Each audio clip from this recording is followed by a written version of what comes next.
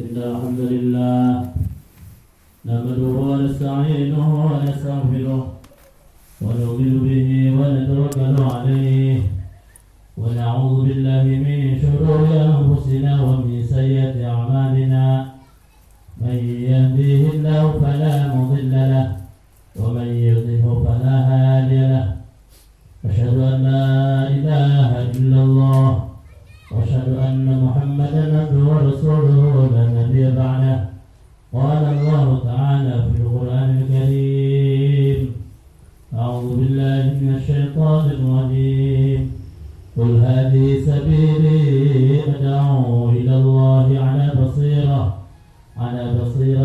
أنا ومن اتبعني وسبحان الله وما أنا من المشركين وقال النبي صلى الله عليه وسلم كل أمتي يدخلون الجنة إلا من أبى قيل ومن يأبى يا رسول الله قال من أطاعني دخل الجنة ومن عصاني فقد أبى وقال العلماء ورغبة في الخير خير وعمل بر يزيد ما يقص ما لم يقال. Ibu bapak yang Allah Subhanahu wa taala, segala puji bagi Allah Subhanahu wa taala. Dialah Allah yang menciptakan tujuh lapis langit tanpa rancangan. Dialah Allah yang menciptakan tujuh lapis bumi tanpa contoh. Dialah Allah yang menciptakan 80.000 alam tanpa butuh bantuan. Dialah Allah yang menciptakan 18.000 macam makhluk tanpa butuh bantuan. Allah Subhanahu wa taala kuasa mutlak. Hebatnya Allah, tidak ada tanding dan yang bukan untuk ditanding. Allah menciptakan manusia dalam rahim. Rahim ini alamnya sempit dan gelap. Seorang ibu juga tidak tahu bagaimana keadaan di rahim. Yang Allah menyempurnakan jasad dalam rahim. Allah menyempurnakan jasad manusia dalam rahim. Seorang ibu juga tidak tahu. Yang mengandung tidak tahu. Tapi Allah Subhanahu wa taala Maha mengetahui dan selalu memantau. Itulah Allah. Begitu baiknya Allah menciptakan hambanya selalu dipantau terus. Tidak pernah lepas. Enggak ada yang daripada lupa daripada pantauan Allah, enggak ada. Allah ciptakan, Allah selalu pantau dari awal sampai akhir. Allah ciptakan seekor ulat yang dulu zaman Nabi Musa yang ada di dalam batu. Masya Allah. Begitu itu batu digebuk, beletak, pecah, beletak, pecah, beletuk, pecah. Maka di dalam itu ada ulat yang menurut akal sudah tidak mungkin, tidak ada lubang, tidak ada ventilasi, ya, begitu. Tapi hidup. Itulah waktu Allah ciptakan, Allah selalu memantaunya, nggak pernah lupa. Dan itu ulat itu sedang memakan daun yang segar. Dari mana cara memasukkannya? Itulah cara Allah, ya. Gak usah heran, bayi dalam ibu, dalam rahim ibu gitu. Alam rahim itu gelap, gak ada cahaya. Gitu. Tapi bayi itu hidup. Ya, hidup di alam rahim. Ibu saja gak tahu gimana keadaan rahim. Nah, Allah ciptakan bayi, Allah ciptakan makhluknya, sekaligus Allah memantaunya dari awal sampai akhir. Gak pernah lepas. Sehingga ulat yang dalam Nabi Musa itu didengarkan suaranya. Ternyata ulat itu berdoa. Ya. Maha subhanaman yaroni, subhanaman yarzuquni, subhanaman yasma'u kalami, subhanaman lam yansani. Maha suci Allah, kata ulat, yang telah mendengar suara aku. Maha suci Allah yang telah memelihara aku. Maha suci Allah yang telah memberikan rezeki kepada aku, yang gak pernah lupa. Masya Allah, yang gak pernah lupa ya. Kita kalau punya ayam kadang-kadang lupa ngasih makan ya, lupa. Tapi Allah ciptakan kita, ciptakan makhluknya gak pernah lupa. Masya Allah. Hadirin, Allah ciptakan semut. Itu semut itu satu macam ya. Tapi dari semut saja udah berapa macam. Sama satu macam beranting-ranting. Ada semut hitam, semut merah, semut kecil, semut sirarangge yang ada di itu pohon-pohonan. Setiap itu beda lagi namanya. Dan itu yang Masya Allah, semuanya dikasih makan ya, dikasih kesehatan oleh Allah. Tahu Allah. Allah Maha mendengar. Semua semut menjerit masing-masing keperluannya. Ya, yang di bawah, yang di lubang menjerit, yang di pohon menjerit, masing-masing menjerit kepada Allah untuk memenuhi keperluannya masing-masing. Ya Allah, saya belum kawin. Masya Allah. Oh, saya belum bertelur. Baca-bacanya. Allah kabulkan sesuai dengan permohonan mereka. Ya Allah. Maka hari ini yang mulia, yakinlah kepada Allah, husnudzulah sama Allah. Jangan sekali-kali buruk sangka kepada Allah. Baik sangka sama Allah. Itu semut itu, karena dalam kata ulama, semut itu paling rakus hidupnya.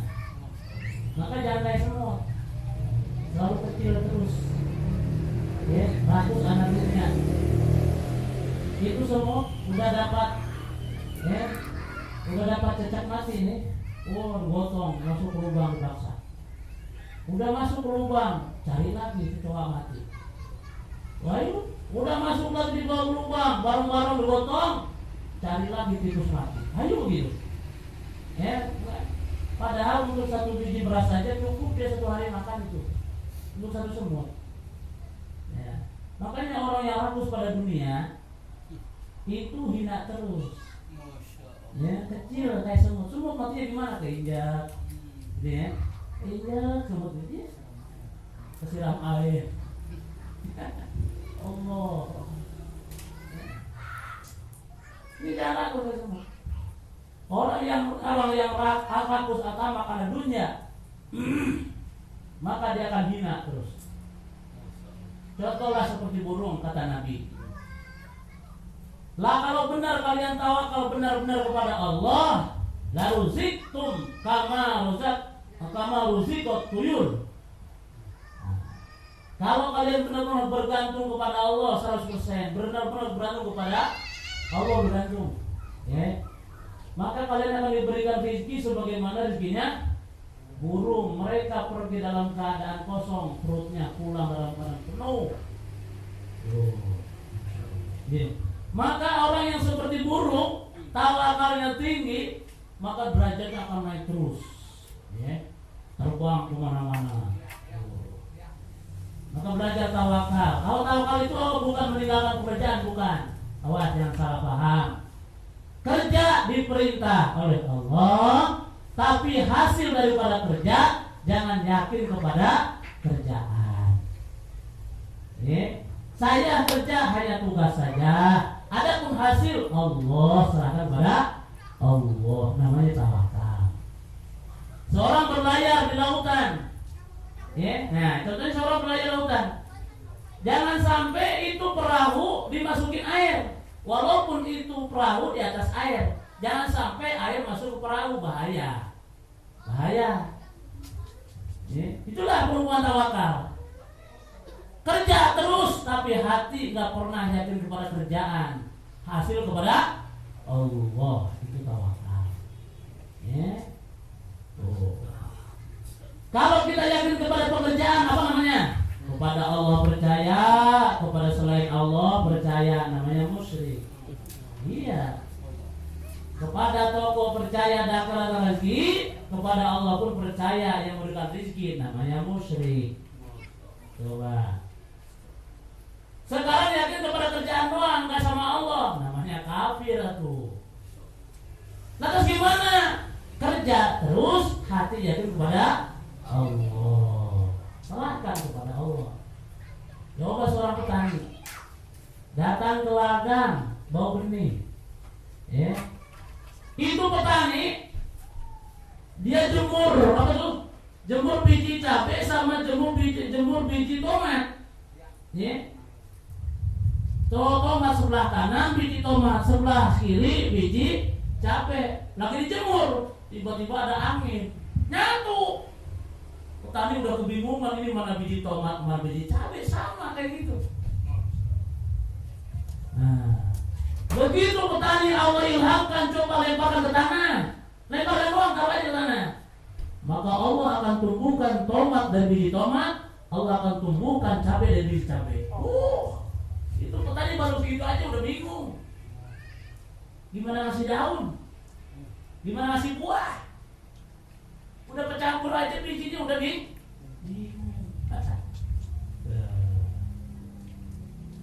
Kita ini disuruh oleh Allah suruh yang mudah-mudah saja, nggak susah-susah.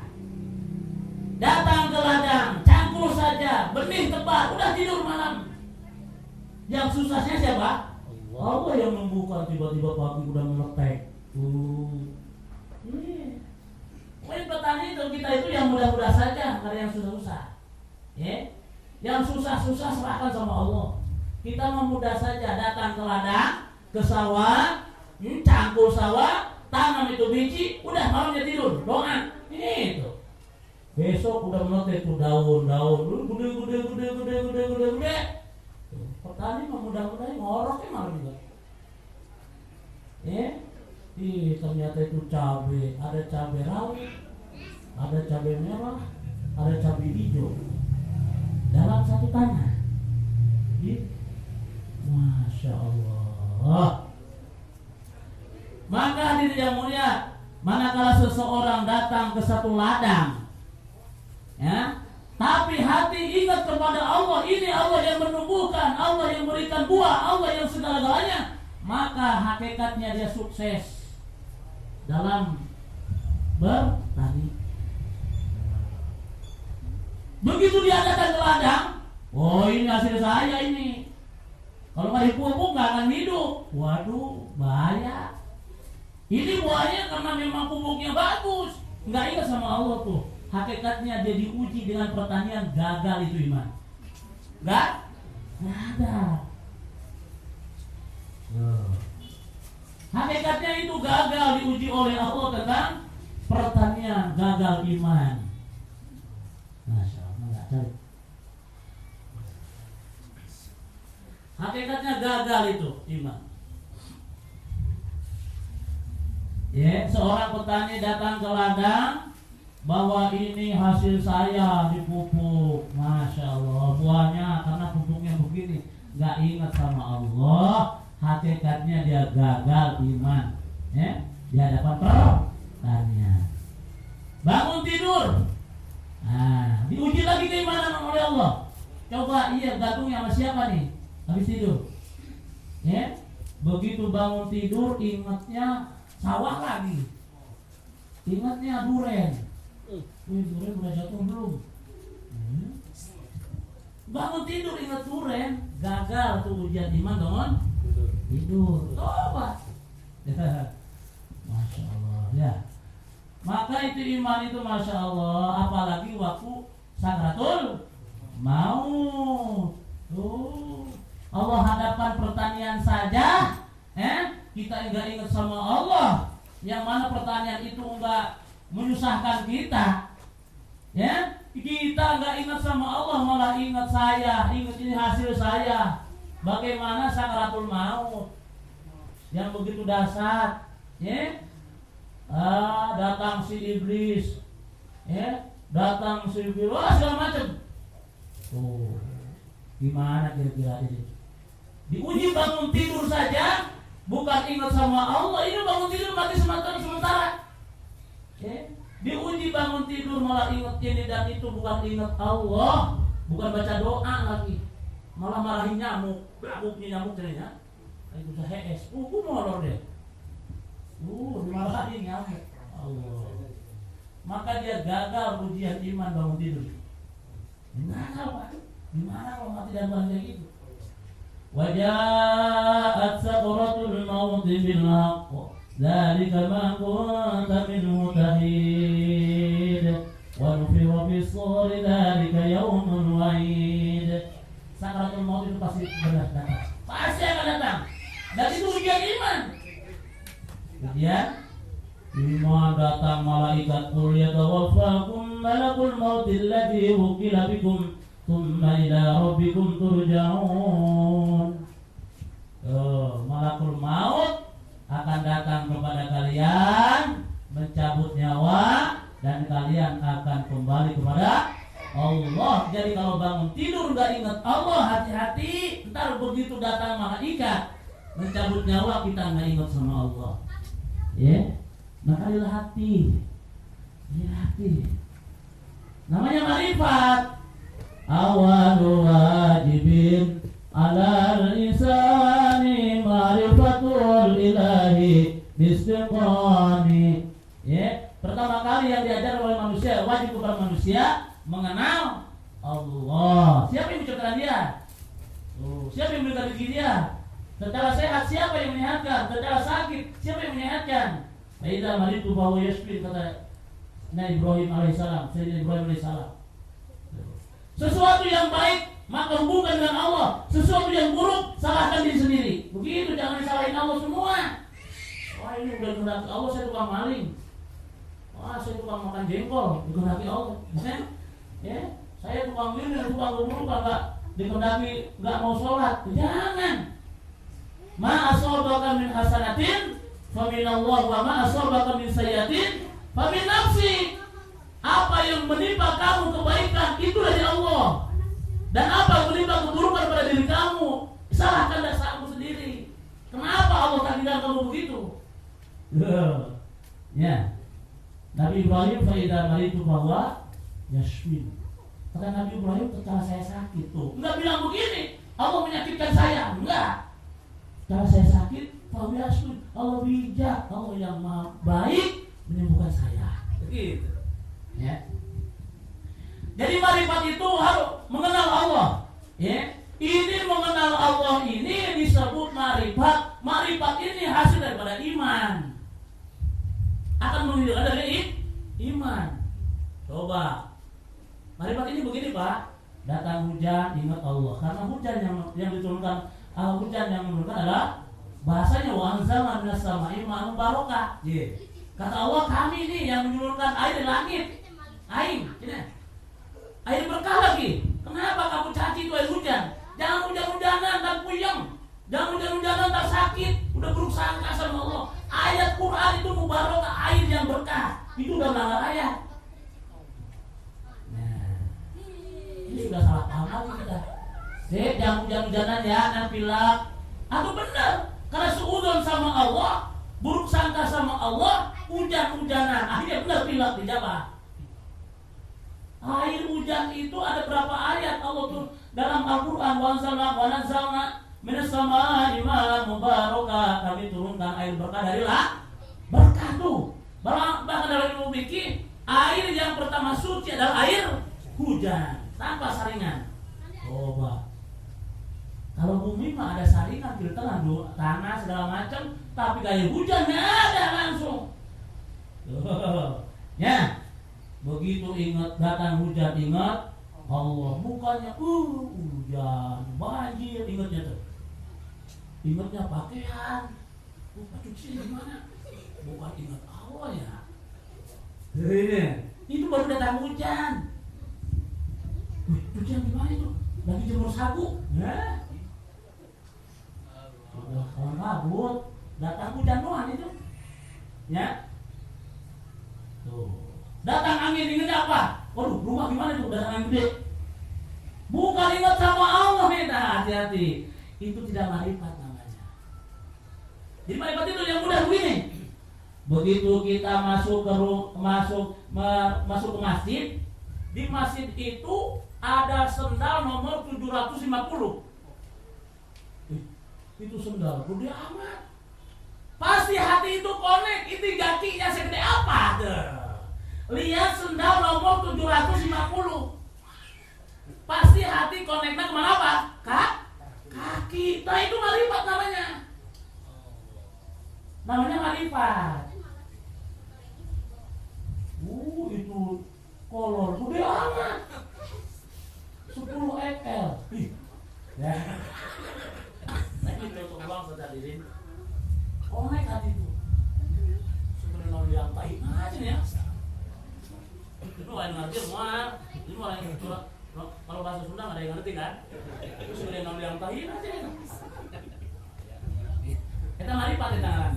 Ya. Begitu lihat makhluk langsung ingat. Ini ujian Pak. Entah diuji oleh Allah. Datang rambutan hijau ingat Allah, kuning ingat Allah. Imar hutan hijau, beak yang bukalong. Nya kapan mau ingat Allahnya? Entar pas sakaratul maut benar-benar ujiannya. Itu ujian iman. Sakaratul wajah, sakaratul haq. Terus laqad kunta fi ghaflatin min hadza fakashafna anka ghita'aka fabasarka al-yawma hadid. Di situ poster dunia sudah ditutup. Pendengaran dunia sudah ditutup. Anak nangis gak kedengaran. Anak ibu, suami, istri ngiming-ngiming ini gak kelihatan. Itu melotot itu sudah pandangan akhirat dibukakan. Waduh. Nah di situ ujian iman. Setan kelihatan, malaikat kelihatan. Sekarang si juri gak kelihatan. Setan gak kelihatan sekarang. Hanya ngewas-wasin doang. Entar sakaratul maut kelihatan tuh. Jelas. Coba. Kalau kita gak dilatih waktu sehat marifat nih, mengenal Allah, begitu ada makhluk, melihat makhluk ingat Allah, melihat ingat Allah. Nah, tidak seperti itu. Waktu datang setan pun gak ingat sama Allah. Waktu datang malakul maut dia gak sadar ini lagi sakaratul maut. Masya Allah. Syekh Abdul Qadir dalam manaqib Syekh Abdul Qadir, saya pun punya murid nih. Jadi Syekh Abdul Qadir itu tetap beliau gurunya itu Imam Ahmad. Ya, jadi Sultanul Auliya, pimpinan para wali itu di bawah 4 ulama. Imam Abu Hanifah, Imam Asy-Syafi'i, Imam Ahmad, Imam Malik. Baru benar itu Sultanul Auliya. Jadi Imam Syafi'i itu guru besar wali. Jadi Imam Abu Hanifah itu guru besar wali. Imam Malik itu guru besarnya wali. Imam Ahmad guru besarnya wali. Masya Allah. Hari ini banyak orang yang caci Imam Abu Hanifah, caci Imam Syafi'i, ya Allah. Tapi mengagungkan Sultanul Auliya. Nggak sadar itu gurunya mereka semua. Hadirin, waktu sakaratul maut, maka hijab daripada dunia sudah digulung. Sekarang kan hijab akhirat nggak kelihatan. Kayak nggak kelihatan akhirat, sebab ada hijab. Sekarang yang kelihatan dunia, rambutan hijau, kuning, sebentar lagi. Entah itu ditutup oleh Allah. Dunia sudah habis jatahnya. Jadi hijab akhirat dibuka, baru dia terekam. Setan nyata, malaikat pun nyata. Dan pos-pos neraka dan surga dilihatnya. Itu neraka, itu surga. Waduh. Pantas kata ya supaya ada pengajian. Bila Israel datang memanggil, sekujur badan kedinginan. Gak usah gitu, apalah. Menggigil ya. Ngapa lagi saya? Segitu ya. Menggigil Pak, kenapa? Belum pernah dilihat, belum pernah didengar, waktu itu doang. Mau lari kemana? Hanya iman, tuh ujian hati doang. Ya Allah, ya Allah. Kalau aku sehat ibu bapak nggak dibiasakan kayak gitu, masya Allah. Mati kita dalam kelonan setan. Dipeluk sama setan, tuh bager kaset. Soklah ucapkan Allah itu 3. Nih ibu, ini ibu bawa air dingin. Kamu sakaratul maut kan haus. Ini itu ujian. Iya. Sakaratul maut dia bebas. Waktu sakaratul maut dia bisa melawan karena hari-hari begitu melihat makhluk ingat Allah, melihat makhluk ingat kejadian ingat Allah. Ini mau ada tsunami, ini mah alam. Gunung begini, krakatau begini, hayu begini dikajinya. Enggak nyampe kepada Allah. Enggak nyampe kepada Allah. Ya Allah. Allah, gimana waktu sakaratul maut? Waktu sakaratul maut dia gagal, setan menggoda karena waktu sehatnya ibu bapak selalu mengenal Allah. Apa-apa menjadi kejadian ingat Allah. Karena Allah segala-galanya yang bisa menundukkan, menaklukkan. Gitu. Masya Allah. Entar yang selanjutnya ujian malaikat Munkar Nakir. Man rabbuka. Itu ujian yang terakhir. Si belenggu setan datang lagi. Lihat. Dalam kitab Bajuri diterangkan. Duduk setan di pinggir. Ayo jawab. Man rabbuka. Jangan Allah jawabnya jangan. Begitu. Masya Allah. Ini akan kita alami hadirin. Manakala kita tidak membiasakan hati kita kembali kepada Allah. Syekh Abdul Qadir Jailani punya murid untuk mendidik keimanannya, dididik keyakinan masalah iman, keyakinan kepada Allah. Allah rezeki memberikan rezeki, Allah yang memberikan kesehatan, Allah yang membesarkan dan Allah yang mematikan dan Allah yang menghidupkan. Sekian tahun muridnya diajarkan. Wah, sudah saatnya diuji. Dibawa ke tengah laut. Sudah di tengah laut dilempar. Abdul Qadir, tuan guru, manggil guru kayaknya baik. Ini udah di tengah laut masih manggil guru. Tuan guru, tolong tuan guru. Ya. Begitu si Abdul Qadir begitu dipanggil, semakin dipanggil maka si Abdul Qadir semakin jauh. Maka dia itu muridnya berteriak, ya Allah. Sudah mulai. Iman baru masuk kayak gitu. Memang iman harus diuji, Pak. Ibu harus diuji. Jadi memang betul. Lihat luakum ayyukum ahsanu amala. Orang beriman itu selalu diuji. Idza ahabballahu ahabda ibtalahu. Apabila Allah sayang kepada hambanya, selalu itu hamba itu diuji, ibu bapak diuji. Ibu diuji. Supaya kepada? Supaya benar enggak murni keimanan kepada Allah. Datang ke iman, suami cemberut. Ujian. Baca Allahu Akbar, azanin tuh suami. Allahu Akbar, syukurlah. Kalau suami cemberut, azanin kupingnya ibu.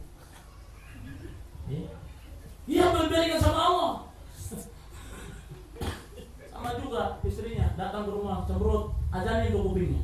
Yang kanan azanin, yang kiri komatin. Batin manjil, siram, udah beres. Dirukiah. Hadirin yang mulia, Masya Allah. Dulu ada seorang wali. Kata gurunya, kamu mengasingkan diri, jauh uzlah daripada manusia, jangan berjumpa dengan manusia. Kamu jangan bawa bekal dan kamu jangan bawa pakaian. Tawakal sama belajar supaya iman masuk ke dalam hati dia dengan Allah. Maka dia berangkat ke hutan. Sekian bulan di tengah hutan, nggak bawa bekal. Makanannya seadanya di situ. Belajar. Allah yang memberikan rezeki. Tidak akan mati seseorang kecuali rezekinya masih ada. Kalau seorang si rezekinya sudah habis, baru dia mati. Walaupun dia bunuh diri, dicang, dibakar, tapi rezekinya masih ada, akan hidup terus. Jadi matinya seseorang bukan karena ini bukan rezekinya, tapi memang sudah habis rezekinya. Pasti hadirin seorang wali, maka sudah beres, daun-daunan sudah habis. Waduh, maka dia sudah siap berjalan menuju kampung karena sudah tertancap. Sudah yakin pada Allah. Maka di tengah perjalanan dia menuju balik, Maka di tengah hutan itu ada jurang. Dia terperosok dari jurang, brus, jatuh ke jurang. Tapi di tengah-tengah jurang itu ada apa? Ada akar. Maka dia bergantung. Ya Allah, ke bawah masih jauh, ke atas sudah jauh, tengah-tengah dia. Diuji lagi keimanan oleh Allah. Apa yang dibicarakan oleh seorang wali tadi, belajar kewalian? Maka bimbang gimana? Ke bawah masih jauh, ke atas sudah jauh, pegang akar sudah mau putus lagi. Maka kata ada suara, wahai hambaku, apabila kamu bergantung kepada aku, lepaskan akar itu. Waduh. Kalau kamu bergantung kepada Allah, akar itu lepaskan. Menurut logika, kalau dilepaskan itu akar, itu akan jatuh, celaka. Begitu Pak Iman tuh. Akhirnya akan berhubung dia belajar iman sekian bulan, dilepaskanlah. Allahu Akbar, jatuh sebentar, akhirnya dinaikkan oleh Allah. Begitu. Ujian tuh begitu. Macam-macam ujian tuh kan. Orang beriman sengaja supaya iman, intinya supaya iman bangga ini. Anak jadi ujian ibu bapaknya. Suami ujian bagi istrinya. Istri pun ujian bagi suami. Semuanya yang rasa ini ujian. Liyabluwakum ayyukum ahsanu amala. Itu. Hadirin, maka para nabi radhiyallahu alaihi wassalam mengajarkan kepada umatnya supaya yakin kepada Allah, supaya yakin kepada yang tidak nampak. Semua para nabi. Semua para nabi. Karena yang nampak ini sebentar lagi hilang. Yang tidak nampak sekarang akan nampak. Itulah iman. Kalau kita yakini itu namanya iman. Masya Allah. Nabi Muhammad SAW yang pertama dididik oleh Nabi, yaitu istrinya Siti Khadijah, menyaksikan wahyu turun. Ya ayyuhal mudaththir. Begitu surat Iqra turun, maka di Gua Hira Nabi lari ke mana, ke rumah, menggigil. Ya ayyuhal mudaththir. Pertama kali wanita yang menyaksikan wahyu turun. Pantasnya seorang wanita itu paling pertama menyaksikan wahyu setelah Nabi. Sehingga Siti Khadijah ini jadi orang alim, jadi orang alimah, ahli ibadah, masya Allah, orang solehah, karena suaminya adalah Nabi, diajarkan oleh Nabi itu dan beliau menyaksikan wahyu turun. Semuanya istri-istri Nabi itu jadi alimah. Aisyah radhiyallahu anha jadi perawi hadis. Siapa yang ngajarin? Nabi di mana? Di rumah. Jadi bapak ada kewajiban mengajarkan istrinya di mana? Di rumah. Aduh, saya mah bapak saya belagu, saya nggak bisa ngaji. Cari, hadirin. Bagaimana seorang istri di rumah harus jadi istri orang beriman? Itu. Jangan tidak bergantung kepada suami. Sakit ingat suami, ini ingat suami. Apa-apa ingat suami. Coba. Kalau suaminya nggak ada, begitu hadirin, maka diuji. Makanya hadirin memang benar ya. Punten ini bahasanya, punten banget. Suami istri ada istrinya yang kurus banget, padahal punya suami. Kenapa ini kurus banget? Tapi itu randa gemuk-gemuk. Padahal nggak punya suami. Aneh ya. Yang punya suami kurus-kurus, tapi yang nggak punya suami gemuk-gemuk aja. Ustaz, monten, itu amat ya caranya. Padahal punya suami. Tuh, hadirin, Yang memberikan rezeki siapa? Allah. Anak yatim dengan ampun sama juga. Ini anak yatim Musa tidak mau gemuk amat. Anak punya ibu bapak kurusnya minta ampun. Aneh kan? Tuh bukti di situ. Yang segala-galanya siapa? Allah. Ini yang nyata saja. Masya Allah itu.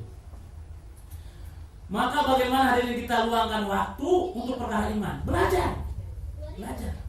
Karena kalau kita hari-hari nyampur terus sama ladang, maka lama-lama ladang akan masuk dalam hati, kebesaran Allah akan hilang. Allah nggak mau kayak gitu. Hari-hari dekat rambutan, lama-lama rambutan masuk dalam hati. Hari-hari dekat sawah, lama-lama sawah masuk dalam hati. Sehingga masuk nggak susah. Kebesaran Allah masuk. Begitu dipanggil oleh Allah, ayalah sholat, cuek banget. Kenapa? Karena kebesaran makhluk sudah menghalangi. Koin-koin dunia sudah menghalangi, menutupi pandangan akhirat. Hadirin, dengan cara ibu bapak meluangkan waktu nih 3 hari, maka akan menggeser nih dari hati itu koin dunia. Coba ibu, coba bapak kan? Sebelum ikut dakwah gimana kira-kira? Waduh, nancep di sawah. Udah kayak paku. Hujan, panas, maghrib, asar, sebodo amat. Udah kayak oles induk hitamnya. Tapi setelah 2-3 hari meluangkan waktu, ya, Masya Allah, nilai akhirat kelihatan. Wah, pakai peci terus, ya. Begitu azan dipanggil langsung kaget. Mau sholat. Tuh, nilai akhirat kelihatan. Ya, kalau kita meluangkan waktu, Pak, nilai akhirat kelihatan. Lama. Jadi dia bilang, ternyata ada sholat duha. Maka dia sebelum berangkat ke sawah, ke ladang, sholat duha dulu. Nilai akhirat udah kelihatan. Lama kita bilang, ternyata ada tahajud. Maka dia akan tahu nilai akhirat dengan tahajud. Ternyata ada sholat tahajudnya. Sholat tahajud itu adalah penerang kubur. Lama, karena istiqomah si bapak itu 3 hari hanya 40 hari. Lama-lama dia pun, akhirnya mikir sama anak. Waduh, si anaknya penokin aja. Jadi hafid Quran anaknya. Padahal bapaknya tukang kebun. Bapaknya bukan ulama. Bapaknya tidak hafid Quran. Tapi anaknya jadi hafid Quran. Itu gara-garanya nilai-nilai akhirat terpandang. Coba kalau nggak meluangkan waktu, nggak paham. Makan tangan kiri, minum tangan kiri, kencing berdiri, cebok oke berdiri. Maghrib nonton TV, siaran dunia bareng-bareng, ada sinetron, unyil, bareng ada acara Yunatan Ipin dan Upin, kita nonton bareng. Tapi setelah meluangkan ibu bapak 3 hari, ada nilai itu. Masya Allah, antara maghrib dan isya itu Masya Allah, orang yang menunggu maghrib sampai isya itu dihitung sholat. Ada nilai akhirat kelihatan. Sebab mengisya sedikit, itu baru 3 hari. Gimana dia kalau 4 bulan? Udah nampak dalam wajahnya, ya. Ketemu orang senyum, dulu macam cemberut, senyum saja mau ngutang gitu juga, biar dikasih. Sekarang mah mau ngutang mau apa, senyum saja. Kenapa? Nilai akhirat sudah terpandang. Ya? Apalagi sampai diistiqomahkan. Sama ibu-ibunya juga gitu. Ya? Kalau ibu-ibu meluangkan waktu untuk agama, maka nilai-nilai akhirat akan kelihatan tuh. Ternyata ada sholat duhanya. Sholat duha itu sholat keberkahan rezeki. Orang yang sholat duha 2 rakaat di rumah, maka tidak akan ditulis orang lalai. Orang yang sholat 4 rakaat, sholat duha 4 rakaat, maka dia akan masuk surga. Sebab di surga ada babu duha, bab pintu duha namanya. Orang yang sholat duha akan masuk surga lewat pintu duha. Akan nampak tuh, ya, kalau ibu meluangkan waktu. Ternyata itu orang itu harus begitu. Pak, dari mulai Sapinas kita yang terkecil sampai tergede. Begini tutup orang itu benar. Ya, akan nampak nilai-nilai kebaikan. Ya, dan akan ada semangat. Ternyata benar ibu-ibu itu harus di rumah. Masya Allah. Hadirin, kenapa? Karena nilai-nilai akhirat sudah terlihat. Kenapa? Sebab tadinya meluangkan waktu. Ya. Nah gini, kalau rumah kita bocor, kita jangan diam di rumah mulu. Nggak lihatin itu bocornya dari mana. Ya, ini bocor mau dimarahin, bocor lagi mau tidur. Pentingnya dimarahin, ayo dibenerin enggak? Coba ibu bapak keluar dari rumah, belah sana bocornya, nggak usah banyak bicara, dorong aja dikit, beres. Demikian hadirin, kekurangan amalan kita tidak akan terlihat manakala kita tidak meluangkan waktu keluar dari rumah. Nggak kelihatan. Perasaan Aing sudah hebat, bukan begitu? Ya. Pokoknya Aing paling ganteng. Ya. Iya kacanya kaca sendiri. Kan? Taunya begitu ngaca di masjid, bulu hidung lebih panjang daripada jenggot. Nggak sadar. Begitu deh. Ya. Ternyata saya belum bisa baca Quran. Ternyata saya belum fase. Banyak ini lautan. Ya. Masya Allah, manakala ibu bapak meluangkan waktu untuk agama, maka ibu bapak seperti lautan. Ya, haus kepada agama. Ternyata kelihatan kebodohan diri, kelihatan kekurangan diri, kelihatan aib sendiri. Ya, kelihatan kekurangan sendiri itu kelihatan. Masya Allah.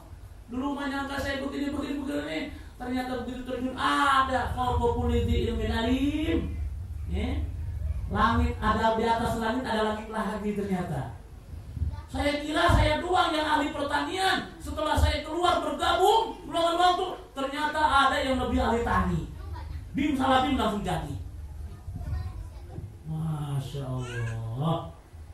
Hadirin, memang sudah begitu aturan agama. Harus meluangkan. Walladzina jahadu fina lanahdiyannahum subulana wa innallaha lama'al muhsinin. Dan ada pun orang-orang yang susah payah. Fina jahadu, susah payah, memperjuangkan. Fina itu kata ulama apa? Zorfiyah. Zorfiyah itu apa? Di dalam. Jadi orang yang susah payah memperjuangkan, nyemplung dia di jalan aku, nyemplung tuh. Ya, harus terjun. Karena fina, zorfiyah itu harus nyemplung dia, harus terjun, masuk ke dalam. Nyanyi cina, benar tuh, baru dia ya. Kalau sudah nyemplung, baru dia terasa benar. Kalau kita pengen mutiara di lautan harus nyemplung ke laut, belum. Semakin dasar, semakin kelihatan, semakin jelas terus. Harus basah dan harus nyemplung. Tidak, baru akan dapat tuh, akan kelihatan lautan indah, lautan. Masya Allah. Lautan tidak akan terlihat indah dalam lautan manakala kita diam di darat. Masuk angin mah ya laut saya pengen mutiara gimana, tapi saya nggak mau terjun, nggak mau nyemplung, masuk angin sih ya. Jadi penyakit. Itu agama tuh harus begitu, harus nyemplung, harus terjun, harus terjun. Nggak bisa dipandang dari luar doang. Benar bagus, benar bagus, nggak bisa. Kenapa ya si Anu kok rajin sholatnya? Apa sebabnya? Ternyata meluangkan waktu, harus terjun. Nah, baru dia juga akan seperti itu. Ya, demikian hadirin. Masya Allah. Tadinya bukan orang alimah, ibu-ibu nggak tahu ini, nggak tahu ini. Setelah meluangkan waktu 3 hari jadi soleha. Masa tahu tasbih, ya, tahu sholat duha, tahu sholat tahajud, tahu baca Quran. Akhirnya semangat dia belajar agama. Kenapa? Karena sudah diluangkan tadi. Tapi kalau kita nggak meluangkan waktu, Pak, nggak bisa, ya. Aduh, hadirin. Maka dengan cara meluangkan waktu, maka Allah akan rubah semuanya. Anak kita akan dirubah. Tiba-tiba anak pengen mondok ya. Dulu lama mondok 8 tahun di Temboro atau 12 tahun di Temboro ya. Di Al-Fatah, pulang-pulang jadi hafiz, jadi alim. Bapaknya mah tukang nyangkul, tukang goreng tahu, bulat. Ya, Masya Allah. Tapi anaknya jadi ulama. Kenapa? Ternyata itu bapaknya suka meluangkan waktu untuk agama. Jadi imbasnya kepada anak. Begitu hadirin. Memang begitu. Kata dokter juga begitu kan? Itu ada orang sakit mata. Kata dokter, dok ini kenapa ini? Oh sakit mata ini pak. Kenapa? Ya sakit. Terus gimana suntik dok? Iya suntik. Suntik mau di mata? Jangan di mata suntiknya. Dibujur suntiknya. Jos. Tapi yang sembuh mata kanannya. Yang disuntik mana? Bujur. Kita keluar bisa dulu lah. Tiba-tiba anak pengen mondok, anak jadi habis Quran, istri jadi solehah, begitu ya? Nggak ada orang sakit mata disuntik matanya begitu gitu ya? Dok ini sakit mata dok, iya disuntik matanya. Sakit koreng, disuntik korengnya, enggak, disuntik bujurnya, dus. Tapi disuntik bujur yang sembuh mata. Demikian hadirin ya. Ibu bapak silahkan tulisnya. Ayo silahkan. Yang sudah munasib nisab segera nisab ya, untuk menjaga merawat anak turunan-turunan itu. Tidak ada lagi dengan cara dakwah begini, dengan meluangkan waktu ya. Masya Allah, ada seorang nanya kepada ulama, aduh Syekh gimana nih keadaan zaman seperti ini anak saya masih kecil-kecil, ntar gimana zaman Dajjal, gimana zaman Imam Mahdi. Gak usah bingung, kalian dakwah aja sibuk, insya Allah anak akan jaga, turunan akan dijaga. Nah kita nih ada jaminan. Seperti Nabi Ibrahim alaihissalam, dari turunan Nabi Ismail alaihissalam terus sampai terakhir Nabi Muhammad, bahkan turunan sampai turunan orang-orang Quraisy Bani Hashim. Sampai sekarang hadirin dakwah dipegang oleh turunan Nabi dan sahabat. Oh gitu. Ayolah silakan ibu bapak ya, luangkan waktu. Ajak bapaknya, suruh Pak keluar Pak 3 hari ini sama Pak Suryana. Itu di Jawa, kalau Sunda Suryana. Suryana sama Pak Suryana Pak. Luangkan waktu supaya ibu jadi solehah, anak jadi nurut begitu. Ya, silakan. Yang sudah 40 hari segera nisab, 40 hari segerakan. Ya, di Bogor insyaallah menerima. Luangkan waktu. Kalau zaman Nabi Musa, itu Nabi Musa dikejar-kejar Fir'aun, maka tidak cara laut dipukul, bletuk, jadi belah, jadi 12 jalan. Sahabat Nabi Muhammad SAW mau nyebrang lautan dakwah, bukan dipukul lautan, tapi berjalan di atas laut. Umat akhir zaman mau dakwah ke Bogor, keliling dunia, tidak usah injak laut, tidak usah melewati lautan, jalan atas. Lebih indah kan? Iya, lebih tepat. Kalau zaman sahabat laut diinjak, zaman Nabi Musa laut dipukul, dia berjalan di dasar laut. Tapi umat akhir zaman, karena saking mulianya umat akhir zaman, manakala dia dakwah, maka laut pun akan dilewati tanpa disentuh. Ya pesawat. Lebih hebatnya, bukan kayak Jakarta tinggi, bukan. Kali pesawat. Silahkan ibu bapak. Mungkin ibu belum pernah naik pesawat. Minta sama bapaknya, Pak, saya Masturah ke Bogor, naik pesawat. Begitu. Pindahkan rumah kita ke akhirat. Pindahkan mobil kita ke akhirat, supaya kita pulang ke akhirat jadi orang kaya. Ada orang kaya di dunia miskin, belangsat di akhirat. Banyak. Kenapa? Karena nggak ada agama. Masya Allah. Ada watakun, ada tadahakun. Ada orang sukanya tertawa di dunia, tapi di akhirat nggak pernah tertawa, nangis terus. Kenapa? Ya karena ada agama. Kalau ada agama nggak mungkin tertawa terus kan? Nggak mungkin. Silahkan ibu bapaknya dicatat. Mungkin ini Masya Allah. Ya ini jamaah terakhir nih. Ya mohon maaf ya ibu bapak. Masya Allah ini bahasanya kayak gini juga. Ya emang udah kayak gini kan? Gimana tuh? Ya. Silakan ibu bapak dicatat. Luangkan waktu ke Bogor sejauh-jauhnya. Bila perlu kita mati di jalan Allah. Subhanallah. Alhamdulillah.